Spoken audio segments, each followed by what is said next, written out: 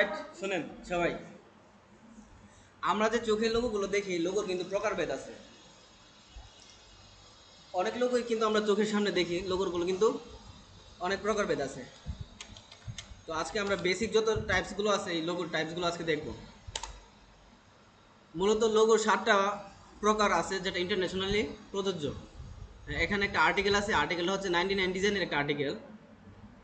তো আমরা চোখে যতগুলো লোগোগুলো দেখি, লোগোগুলো কিন্তু প্রকারভেদে আছে। যেরকম ওয়ার্ডমার্ক, মনোগ্রাম, লেটারমার্ক, কম্বিনেশন, পিক্টোরিয়াল, অ্যাবস্ট্রাক্ট, তারপর ওই যে আরও আছে এনাদার ম্যাসকট। ওই 7টা প্রকার মধ্যে পড়ে। দেখেন এখানে সার্কেল যে লোগোগুলো আছে, এই যে এখানে স্টারবাক্সের একটা লোগো আছে, কফি, স্টারবাক্স কফি। এই লোগোটা কি সার্কেল না স্যার? এই টাইপের যে লোগো টাইপগুলো আছে, এগুলো হচ্ছে আমাদের এমব্লেম লোগো। এমব্লেম, এগুলো হচ্ছে কি এমব্লেম লোগো। এই নামগুলো একটু মনে খেয়াল রাখবেন। হ্যাঁ, আপনি যখন ডিজাইন করবেন, আপনার কিন্তু এগুলা মনে রেখে ডিজাইন করতে হবে না।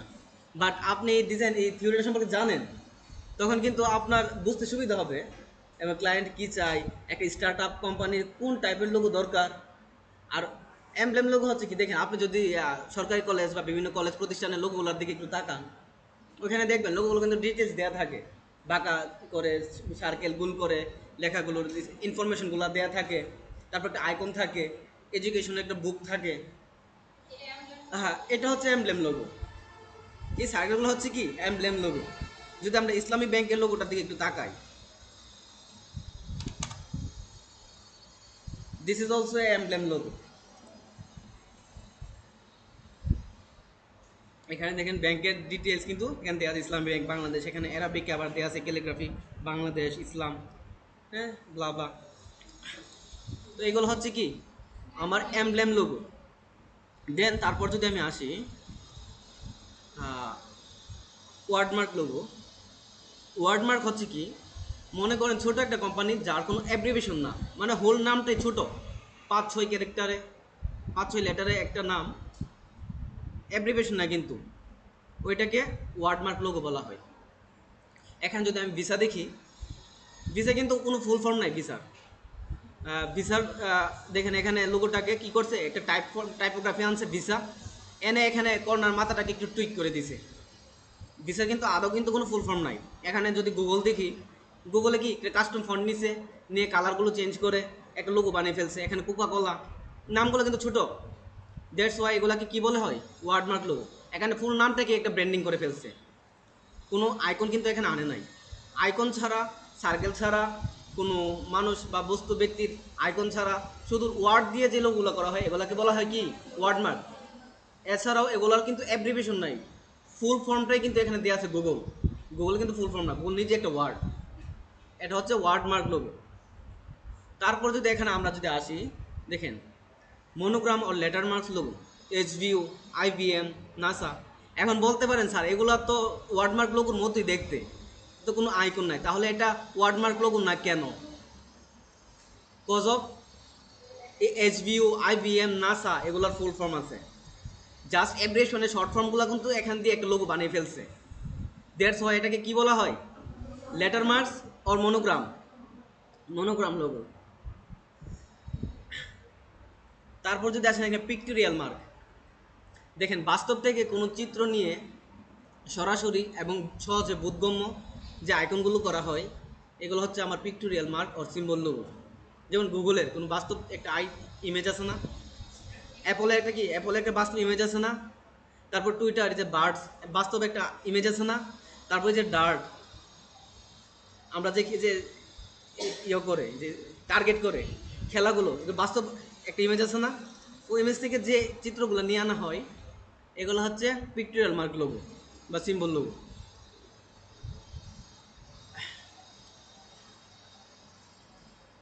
যদি অ্যাপলের দিকে তাকাই, অ্যাপল কিন্তু এখন বর্তমানে পিক্টোরিয়াল লোগো আছে, বাট কোনো এক সময় কিন্তু অ্যাপল কিন্তু পিক্টোরিয়াল ছিল না,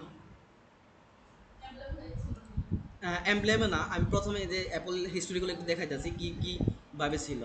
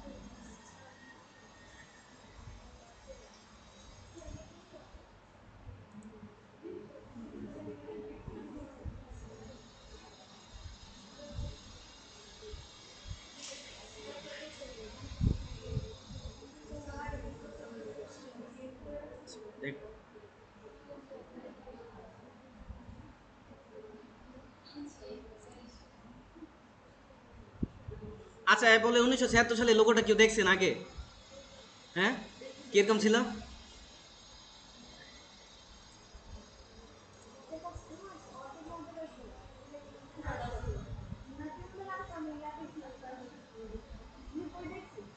নিউটনের ছবি আছিল না একটা, নিউটন যে আপেল গাছ নিচে বসে আছিল।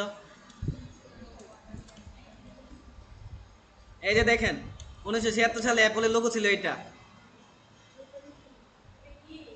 অ্যাপলের লোগো এটা ছিল একটা মাস্কট লোগো টাইপের। কেন একটা দৃশ্য ছিল, এখানে নাম ছিল, কম্বিনেশন মার্কও বলতে পারেন, অ্যাবস্ট্রাক্টও বলতে পারেন। এখান থেকে নিউটন বসে রয়েছে, আপেলটা উপরে দেখছেন। তারপর দেখেন 1977 সালে অ্যাপলের লোগো ছিল এটা। কালের বিবর্তনে এখন 2017 সালে এই লোগোটা বর্তমানে লেটেস্ট আছে। তারপর যদি এখানে অ্যাপলের আরেকটা লোগো দেখি, এখন কিন্তু অ্যাপল কিন্তু আর লোগোর সাথে অ্যাপল লেখে না। বাট আগে কিন্তু অ্যাপল কিন্তু ওদের লোগোর সাথে যে দেখেন এইভাবে লিখে রাখতো।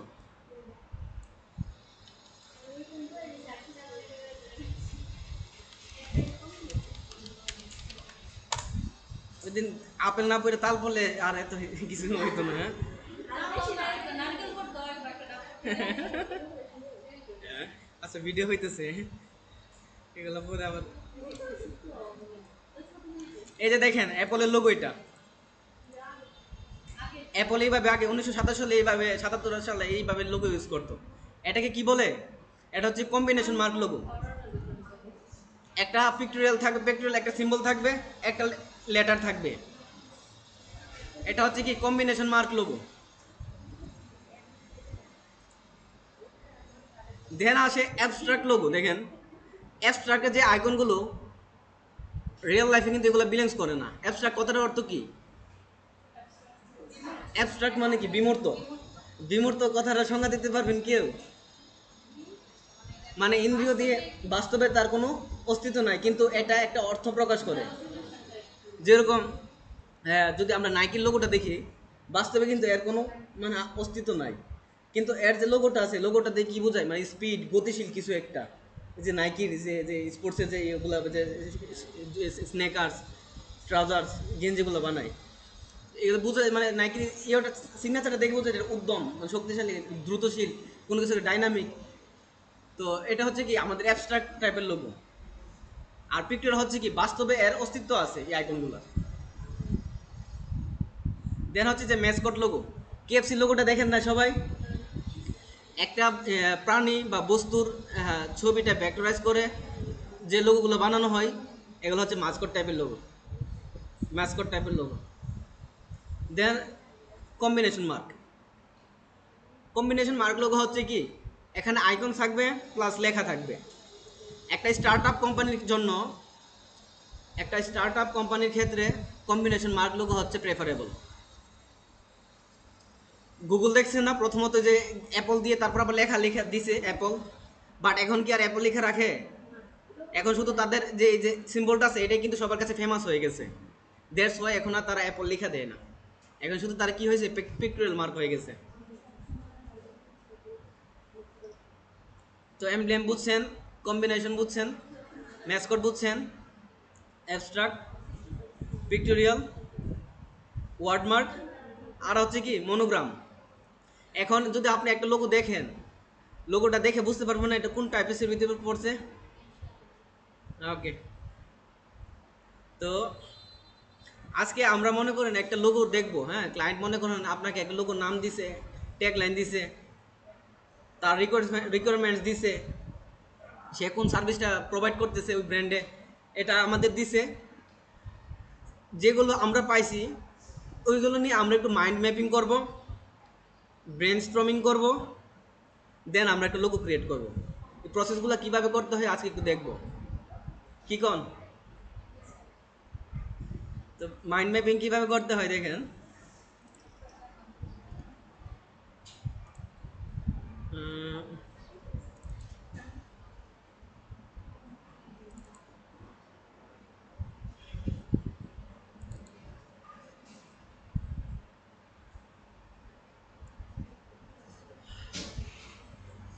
তো ক্লায়েন্ট আমাকে একটা লোগো ডিজাইন করে দিতে বলছে, শুনেন সবাই, এভরিওয়ান অ্যাটেনশন। ক্লায়েন্ট আমাকে একটা লোগো ডিজাইন করে দিতে বলছে, লোগোটার নাম হচ্ছে কি ভিগর। VIGOR, ভিগর, লোগোটার নাম হবে ভিগর। এখানে সে কি বলছে, we are company based on giving instruction how to ensure good health. আমরা হেলথের উপরে মানে গুড হেলথের উপরে আমরা কি করি, সার্ভিস দিয়ে থাকি। Provide a high and tolerate fitness solution, মানে ফিটনেস হেলথ এগুলো নিয়ে ওরা কি সলিউশন প্রদান করে, এটা হচ্ছে ওদের সার্ভিস। এবং ওদের লোগোটার নাম হচ্ছে কি ভিগর।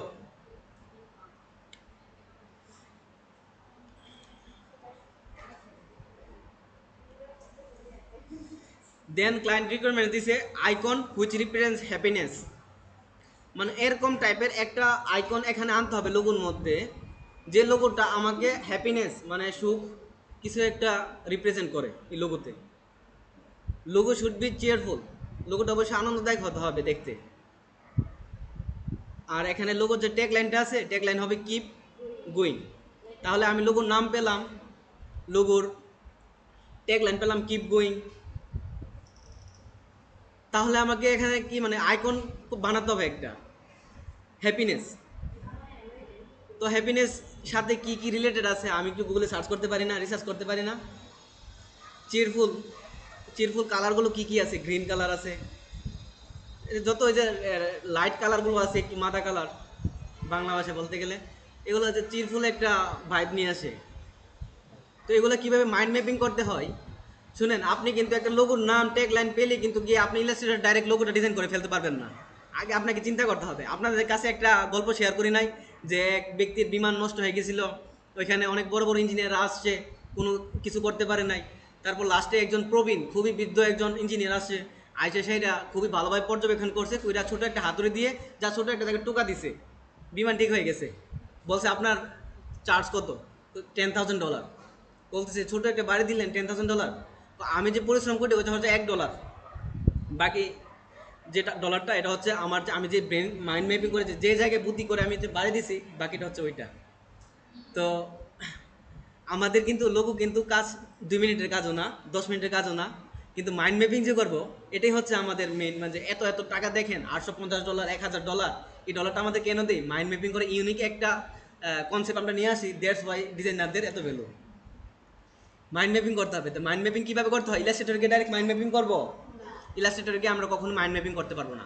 খাতা এবং কলমে, খাতা এবং পেন্সিলে যেভাবে মাইন্ড ম্যাপিং করা যায় কোনোভাবেই আর আর কোনো প্রসেস আমার জানা নাই যে মাইন্ড ম্যাপিং করার জন্য এর চেয়ে সহজ কোনো প্রসেস আছে।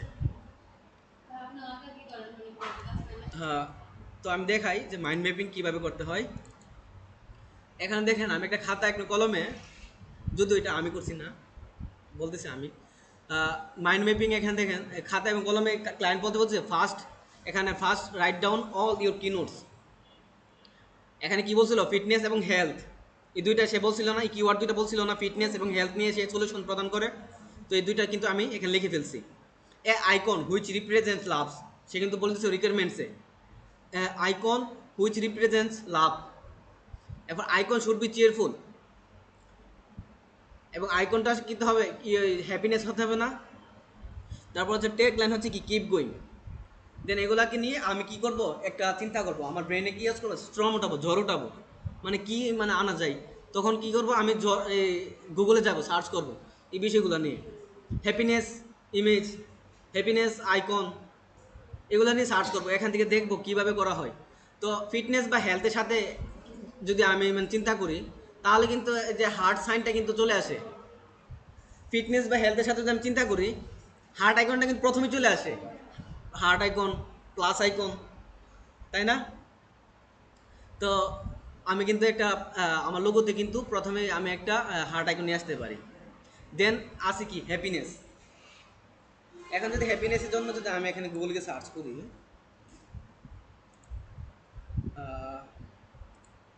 সে বলছিল হ্যাপিনেস থাকতে হবে লোগোটার মধ্যে।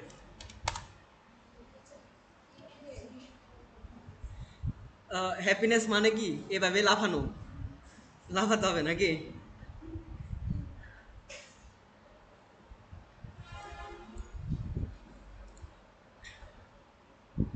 দেখি আরো দেখি কি নেওয়া যায়। মানে ওরা কি আনন্দিত, ওরা হ্যাপিনেস নাকি, হ্যাপি বিদায় তো এইভাবে লাফাইতেছে নাকি? এখন কিন্তু এই যে মানুষটাকে কিন্তু দিয়ে কিন্তু আমি একটা লোগো বানিয়ে ফেলতে পারি পেন্টুল দিয়ে।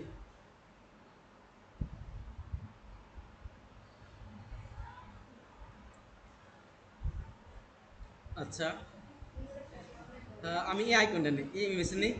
একটা জিনিস কি আপনাদের বলছিলাম, ইমেজ বা পিকচার সরাসরি কপি করা যায় না, বাট আপনি যখন একটা পিকচার থেকে যখন একটা আইকন ক্রিয়েট করবেন, তখন কিন্তু এটাকে কপিরাইট দেওয়ার কারো ক্ষমতা নাই। আমি যদি এই যে পিকচারটা থেকে যদি মানুষটাকে একটা আইকনে বের করে আনি, কার কিন্তু সাধ্য নাই যে এটা স্যার কপিরাইট। তো আমার হ্যাপিনেসের পার্সনকে আমি নিয়ে আসছি। হ্যাপিনেস মানে সে হ্যাপিনেসে আছে, হ্যাপি আছে।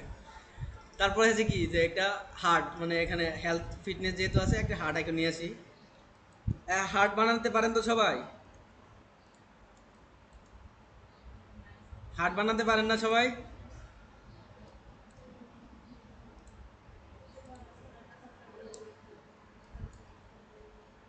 এটাকে ধরে 45 ডিগ্রি ঘুরিয়ে দিলাম, রাইট ক্লিক ট্রান্সফর্ম, রিফ্লেক্ট। তারপর কি করতে হবে? সিলেক্ট করে দুইটাকে মার্জ করে দিব। দেন লেখাটা কি ছিল? বিগর। লেখাটাকে নিয়ে আসি, বিগর।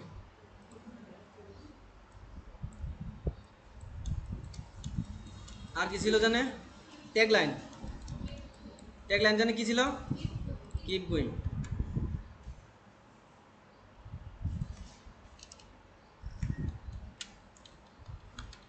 Keep going.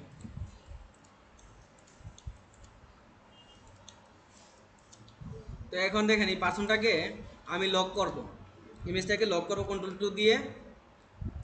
এখন এই পার্সনটাকে আমি আইকনে কনভার্ট করব পেন টুল দিয়ে।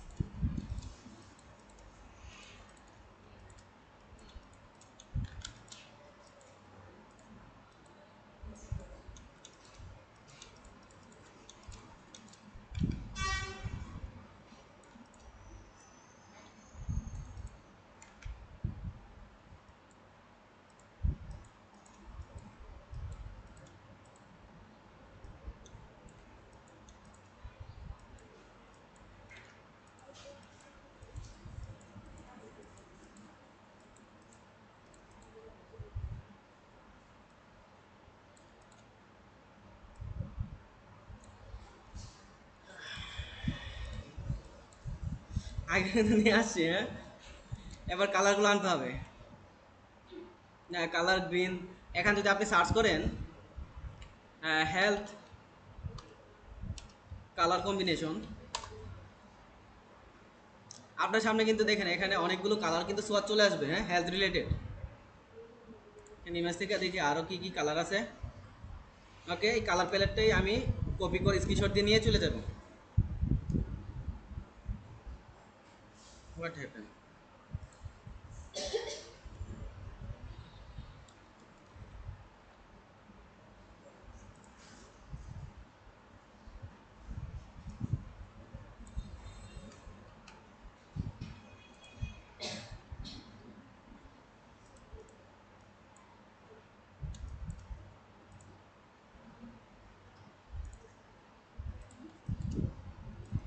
পার্সনটাকে আনলাম, একটা সার্কেল নিয়ে পার্সনটাকে এর ভিতরে প্লেস করি।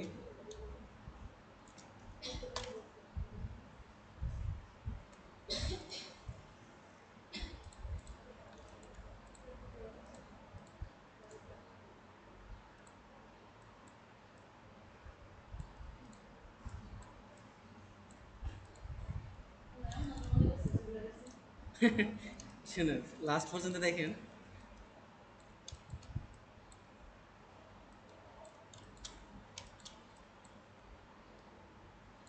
আমি কিন্তু এটা কম্বিনেশন মার্ক লোগো বানাইতেছি, হ্যাঁ।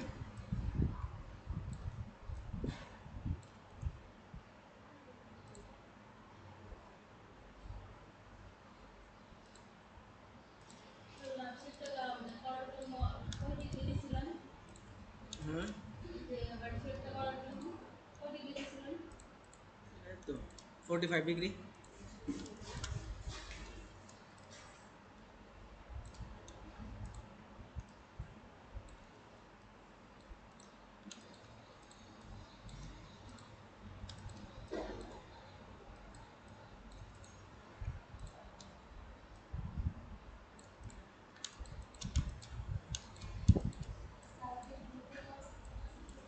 হুম।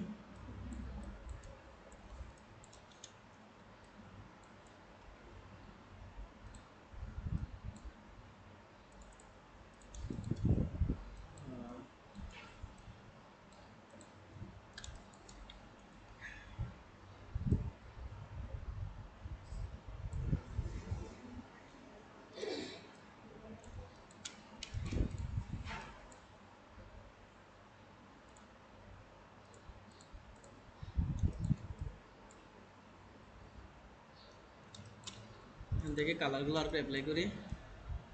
আর কি কি কালার আছে? গ্রিন তো আনি নাই।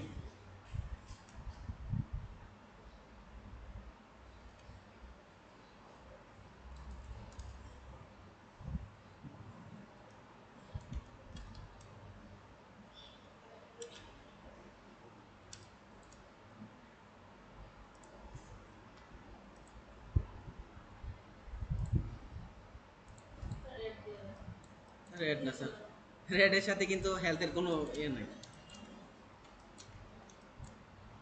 ওকে, আইকন বানিয়ে ফেললাম, গ্রুপ করে ফেলি। দেন এখানে লেখাটাকে বিগরটাকে মনসিরাত করে দিব। মনসিরাত ফন্ট আছে সবার কাছে?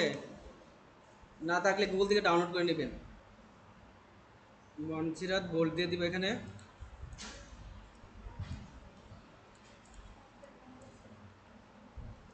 ফন্টের নাম মনসিরাত। আর কিপ গোয়িংটাকে ছোট করে দিব লেখাটাকে।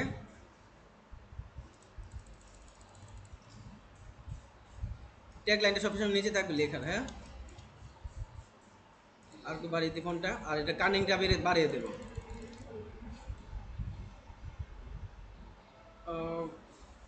ওকে, তো এই হচ্ছে আমার ফন্টের কার্নিং, আর হচ্ছে আমার ভিগর।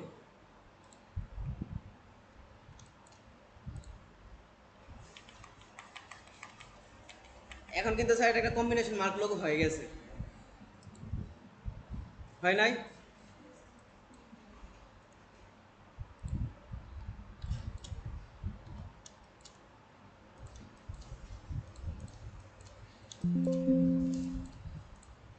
লোগোটা কিন্তু আমি দুইটা ভেরিয়েশনে রাখতে পারি।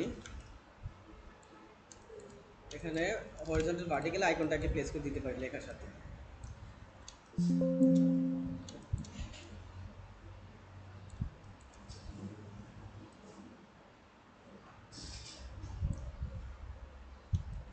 আমি জাস্ট আজকে প্রসেস দেখাইলাম কিভাবে মাইন্ড ম্যাপিং করে একটা লোগো বানাতে হয়।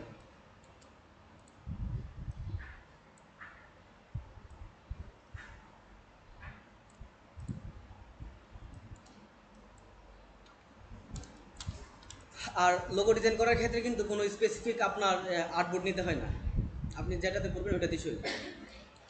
করে প্রথমত এটাকে কি ফাইলে সেভ দিতে হবে?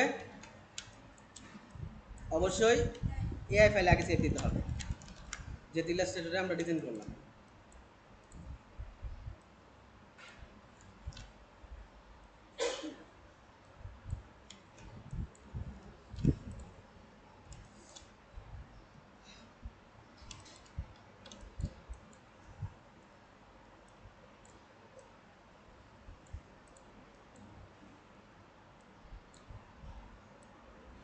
ফাইল দুটোকে এই ফাইলে আমি সেভ দিব।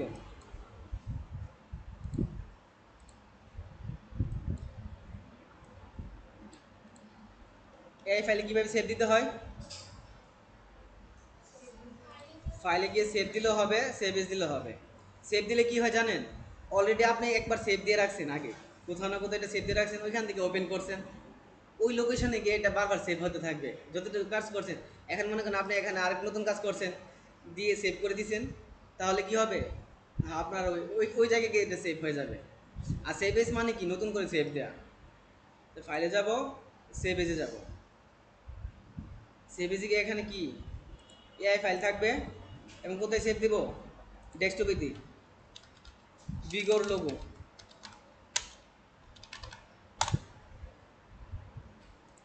আর মকআপ করতে গেলে স্যার আমার কোন ফাইলে দিতে সেভ করতে হবে, দেখি কে বলতে পারে।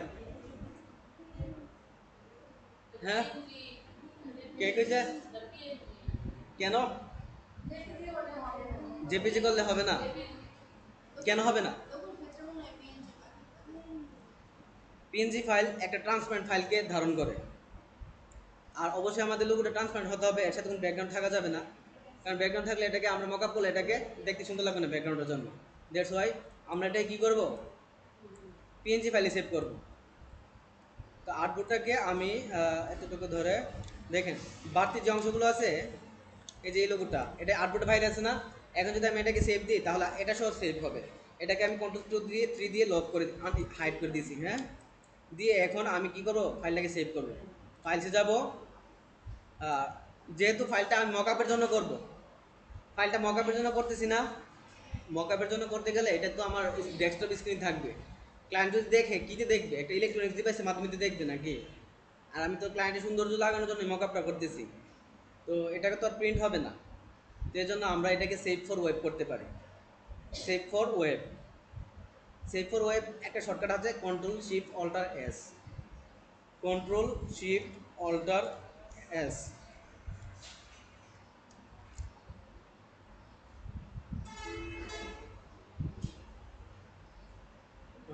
এখন দেখেন লোগোটা কিন্তু মানে আমার সামনে প্রেজেন্ট হয়েছে, এটা কিন্তু সুন্দর করে প্রেজেন্ট হয় না। আর্টবোর্ডটা কিন্তু নিচে চলে গেছে অর্ধেকটা না। আমি এটাকে ফিট করতে গেলে কন্ট্রোল 0 প্রেস করলে যে ফিট হয়ে গেছে, কন্ট্রোল 0 ফর ফিট। এখানে দেখেন ফাইল ফরম্যাট আপনাদের পিএনজি নাও থাকতে পারে। আমি এখানে আইসা PNG24 করে সিলেক্ট করে এখন ফাইলটাকে সেভ দিব। সেভ দিয়ে কোথায় রাখতেছি, ডেস্কটপে রাখি, বিগর লোগো পিএনজি। হ্যাঁ, দেখেন এখন কিন্তু যে লোগোটা কিন্তু সেভ হয়েছে আর্টবোর্ডের সাইজ অনুযায়ী। আমি যদি এখন পিএনজি ফাইলটা দেখি, দেখেন পিএনজি ফাইলটাতে দেখেন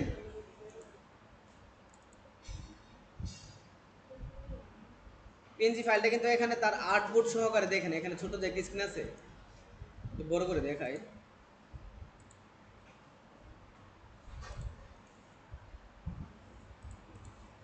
এই যে এখানে দেখেন বিগর, যদিও ব্ল্যাক ব্যাকগ্রাউন্ড দেখা যাচ্ছে কিন্তু সে কিন্তু ট্রান্সপারেন্ট অবস্থায় আছে।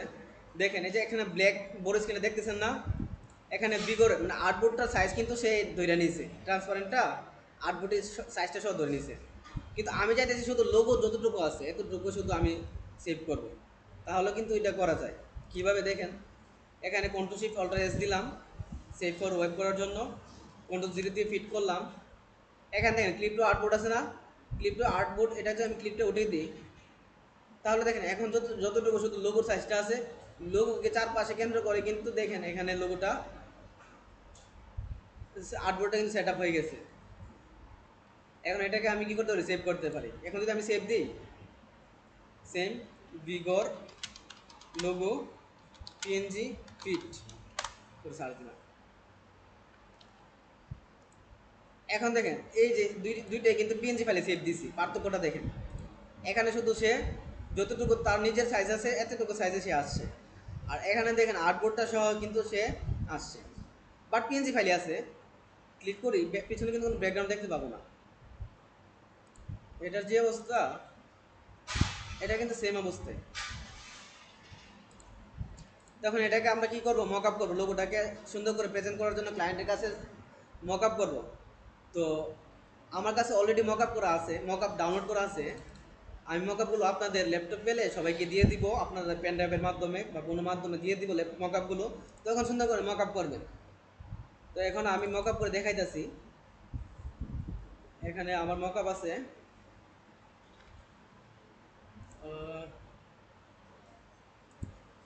এই যে দেখেন একটা মক আপ, লোগোটা ল্যাপটপ স্ক্রিনে দেখাবে এবং মোবাইল স্ক্রিনে দেখাবে। এই একটা মক আপ করি আমার লোগোটাকে, তাহলে আমাকে কি করতে হবে, মকআপের যে পিএইচডি ফাইলটা আছে, পিএইচডি ফাইলটা কি কোন জায়গায় নিয়ে যেতে হবে, photopia.com যখন আমাদের পিসিতে ফটোশপ ইনস্টল করা থাকবে তখন আমাদের ফটো পেতে না গেলেও চলবে, বাট ইমার্জেন্সি কাজগুলো কিন্তু আমরা ফটো পেতে গিয়ে করে ফেলতে পারি। তো আপনাদের কিন্তু এখানে ওপেন থেকেও কিন্তু আপনাদের মকআপটা কিন্তু ওপেন করতে পারবেন। আদারওয়াইজ আপনি কিন্তু এই যে এখানে আপনার ফাইল যেখানে ডাউনলোড করা আছে এই ফাইলটা কিন্তু এখানে ধরে ড্র্যাগ করে এখানে ফটো পেয়ার এখানে এনে ছেড়ে দিল চলে আসবে। একটু লোডিং নিবে, ডাটাগুলো ট্রান্সফার হইতেছে, হয়ে গেছে। তো এখন দেখেন এখানে দুইটা স্মার্ট আছে। মকআপ স্মার্ট থাকলে কীভাবে বুঝবেন, এখান থেকে কর্নারে একটা ছোট করে একটা সার্কেল রেক্টেঙ্গেল একটা আইকন থাকে, এখানে ডাবল ক্লিক করলে আপনাকে ওই মকআপ স্ক্রিন নিয়ে যাবে। দেন এখানে কি করব, আমি ফাইলটাকে আমার লোগোটাকে এখানে প্লেস করব, প্লেস করে এখানে লোগোটাকে ওপেন করব। লোগো চলে আসছে, এখন এটাকে অল্টার ধরে একটু ছোটো করে দিব, দিয়ে টিক মার্ক করে দিব। দেওয়ার পর এখানে আগের যে লোগোটা আছে ওই লোগোটাকে হাইটটা অফ করে দিব, দিয়ে এখানে ফাইলসে যাব, সেভ স্মার্ট অবজেক্ট। এখন যদি আমার পুনরায় পরবর্তী আগের স্ক্রিন যাই, দেখেন আমার বিগত লোগোটা কিন্তু এখানে কিন্তু মোবাইল স্ক্রিন চলে আসে। এখন কি করবো, ডেস্কটপ স্ক্রিন ল্যাপটপ স্ক্রিনে করবো সেমভাবে এখানে ওখান থেকে লোগোটা কপি করে আনি কন্ট্রোল সি দিয়ে, লোগোটাকে ধরে কন্ট্রোল সি দিয়ে কপি করলাম, এই লেয়ারে এসে পেস্ট করব, কন্ট্রোল এ প্রেস করব সিলেক্ট করার জন্য এবং এটাকে সেন্টার করব, ভার্টিক্যাল সেন্টার আর হচ্ছে হরিজন্টাল সেন্টার। আচ্ছা ঠিক আছে, কন্ট্রোল ডি ফর ডিসিলেক্ট, লোগোটাকে বড় করে দিব, টিক মার্ক করে দিব, আর হচ্ছে আমার যে আগের লোগোটা এটাকে হাইড করে দিব, দিয়ে ফাইল থেকে আবার সেভ স্মার্ট অবজেক্ট করে দিব।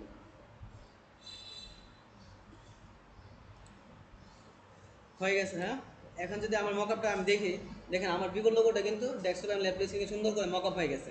এখন এই ফাইলটা কী করবো, আমি ডাউনলোড করে নেবো, এখান থেকে ফাইলসে যাব, এক্সপোর্ট এস জেপিজিতে এক্সপোর্ট করে নেব।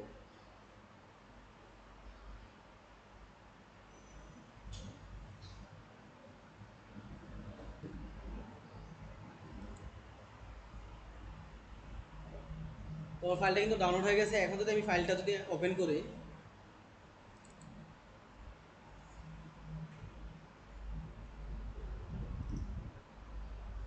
এ হচ্ছে আমার লোগো আর এ হচ্ছে লোগোর মকআপ।